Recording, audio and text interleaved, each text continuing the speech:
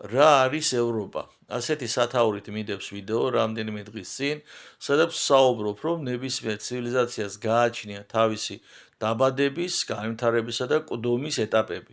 ამჟამინდელი ევროპული ლიბერალური ცივილიზაცია არის ყდომის ეტაპზე, თქვენ ჩემი აზრი გამოხატე, მაგრამ აქ საინტერესო არის კომენტარები ამ ვიდეოზე და მინდა ამ კომენტარებზე ვთქვა რამდენიმე სიტყვა.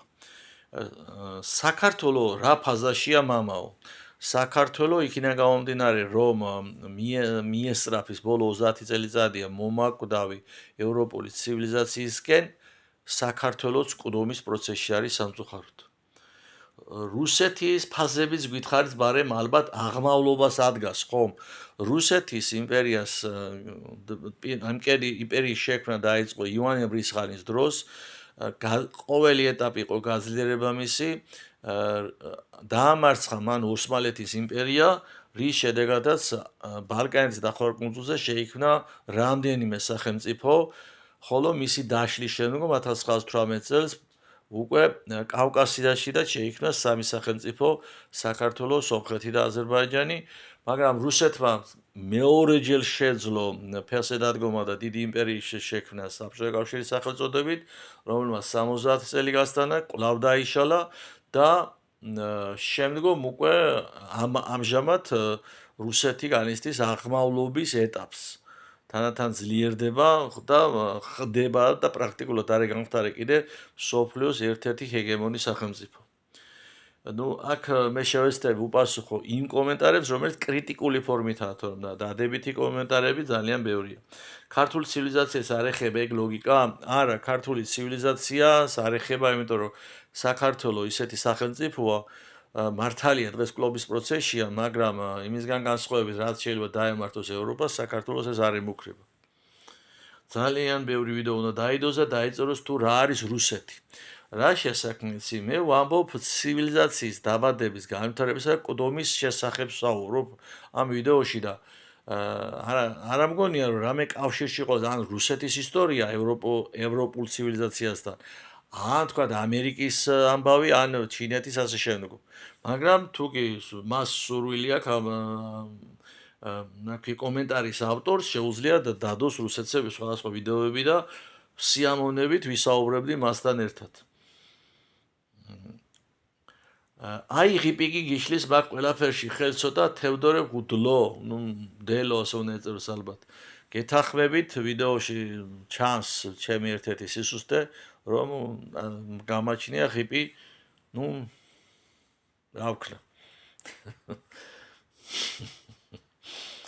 ყოველთვის მოსაწონი და მისაღები მამასპირი და ნააზრები და ნათქვამი. მადლობა, დადებითი კომენტარები ბევრია, მაგრამ ვეცდები გავატარო ამჟამად. მართალს იცახით მამაო, რაც განმოსაღებია, იმას კი არ ვიღებთ, არამედ ყოველგვარ უზრუნველობას. ანუ იქ ვსაუბრობ ვიდეოში, რომ კარგი რაცა აქვს ევროპას, კარგი კოხდათ ნაშენი სახლები, ის გადმოვიღოთ ჰაერი რო არ ბრუნავს თბილისში და მაღალი კორპუსები დგას თქო, კოხდათ დასასვენებელი პარკები ასე შემდგომ გადმოვიღოთ სისუფთავე ქალაქში ის გადმოვიღოთ. ყველაფერს დადებითია განათლების ჯანმრთელობის სისტემა უпростоრად გადმოვიღოთ ასევე შრომის კოდექსი, სადაც ყოველი ადამიანი შრომელი ადამიანის უფლება დაცული არის და არანაირი ბიზნესმენს და ინვესტორის უფლება კი არა პირველ რიგში, არამედ შრომელი ადამიანის უფლებას გადმოვიღოთ ევროპიდან. მაგრამ რავია, ვისაც როგორ უნდა იმას აკეთებს, იმას გებულობს სამწუხაროდ, ცუდის გამოტანა გვინდა. შემდეგი კომენტარი ძალიან საინტერესო. მიგაკვდა მამაო პუტინი ყელში. აი, ჩემ ყელში პუტინი რანაირად უნდა მოგდეს, არ ვიცი, ვერ წარმომიდგენია და მეორე კიდე. აი, ცივილიზაციის განვითარებაზე, დაბადება, განვითარება დომენაზე ვსაუბრობდა. აი, პუტინის სიკვდილი რა კავშირში არის? შეიძლება და არ ვიცი. მოზღვარი ქვია ხალხი გისმეს. რას? ბჟოტიალო, ბრებს მიედ მოედები, ანტიფოელი გვდელია. საუბრობ ევროპულ ცივილიზაციაზე.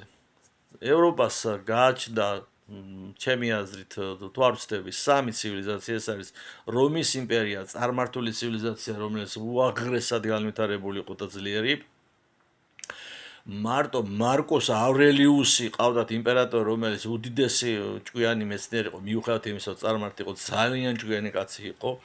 შემდგომ უკვე რომის იმპერია დაიშალა, სხვათა შორის ჩრდილოეთ ევროპელებმა დაანგრიეს რომის იმპერია და მას ბარბაროსები, ვარვარ ასე უწოდებდნენ რომელები და ესენი იყვნენ გერმანული ტომები ძირითადად და აქედან არის სიტყვა ბარბაროსები. შემდგომ რომის იმპერიის ბაზაზე იქნება ქრისტიანული ცივილიზაცია, ბიზანტიის იმპერია, რომელმაც გაასტანა დაახლოებით 11 საუკუნე, დაახლოებით. და შემდგომ უკვე დაინგრა რა ბიზანტიის იმპერია, ოსმალეთის იმპერიამ ჩაანაცვლა, მაგრამ გარკვეული დროის შემდგომ ბრიტანეთის იმპერია შეიქმნა, საფრანგეთის იმპერია, რომელმაც კოლონიები დაიკავეს, მაგრამ უკვე ევროპაში არა, ეს იყო მთელი დედამიწის მასშტაბით,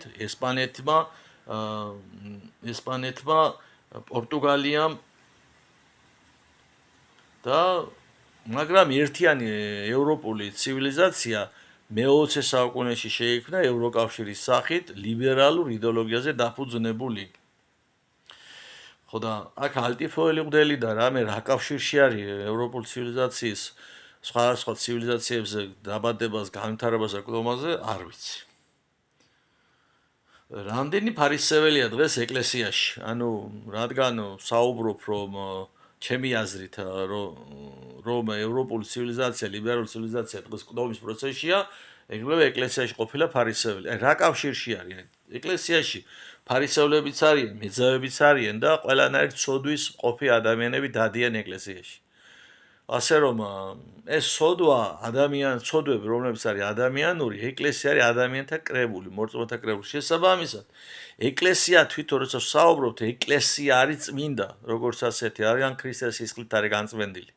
მაგრამ თუ კი იმას ეკლესიაში უწოდებთ იქ მყოფ ადამიანებს, არ არსებობს ცოდვა, რომელიც არ ტრიალებდეს ჩვენ საზოგადოებაში და შესაბამისად ასეთი ცოდვის მატარებელი ადამიანი არ დადიოდეს ეკლესიაში. ესეთ რამე არის შეუძლებელი.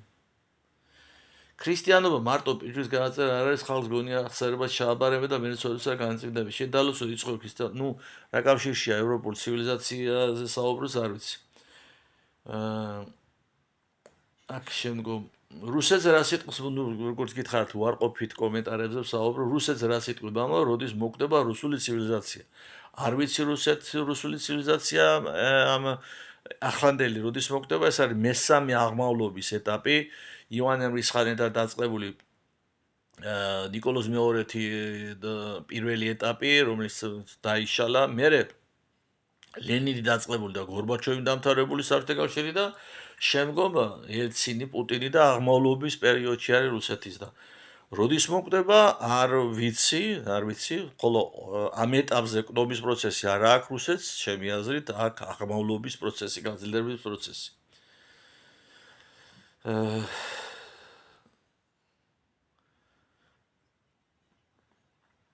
ანაფორიანი ბაბუინი.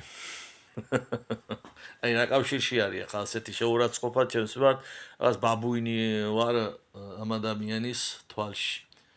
შენი ეგზარხოსი ხომ სარგებლობს კარგად ბერლინის კლინიკის სიკეთეებით. ეგზარხოსობა დამთავრდა მე-19 საუკუნის, მე-20 საუკუნის დასაწყისში, ახლა ყავს პატრიარქი. და მეც დავდივარ ამჟამად ამ ვიდეოს როცა ვწერ და ის ვიდეოც ასე რომ ვიდეოზე საუბრობ, ევროპაში, საფრანგეთში ჩაწერილი იყო. სტრასბურგში და ახლა ვიყოფები გერმანიის ტერიტორიაზე და აქედან გესაუბრებით.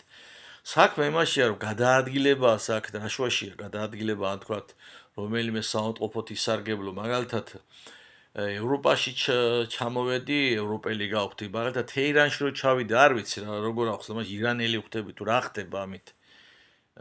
და ის რომ თქვათ, რომელიმე საავადმყოფოთი სარგებლობს ადამიანს, ჩვენი პატრიარქი თუთად ადამიანები, სხვა ბევრი ადამიანი სტამბოლში მიდის და ოპერაციას ეკეთებენ, თურქები ხდებიან, თუ რა ხდება, ანუ ოსმალური იმპერიის კრიტიკა ამ შემთხვევაში მიუღებელია, თუ კი სტამბოლში იმკურნალე, თუ რა ხდება, აი, ღმერთმა სიკეთე მოგცეთ, შემოკარგებო და გაგაზიაროთ უფალმა, მინდა ყველას, რომელმაც თქმა უნდა, დადებითი კომენტარები იყო ძალიან ბევრი, ბუნებრივია გავატარე.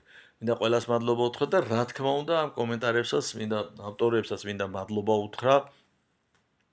საქმე იმაშია რომ აქ თემაზე ვისაუბრე და კარგი იქნება თუ კი ვეცდებით რომ კომენტარების თემატური გვექნება ხოლმე.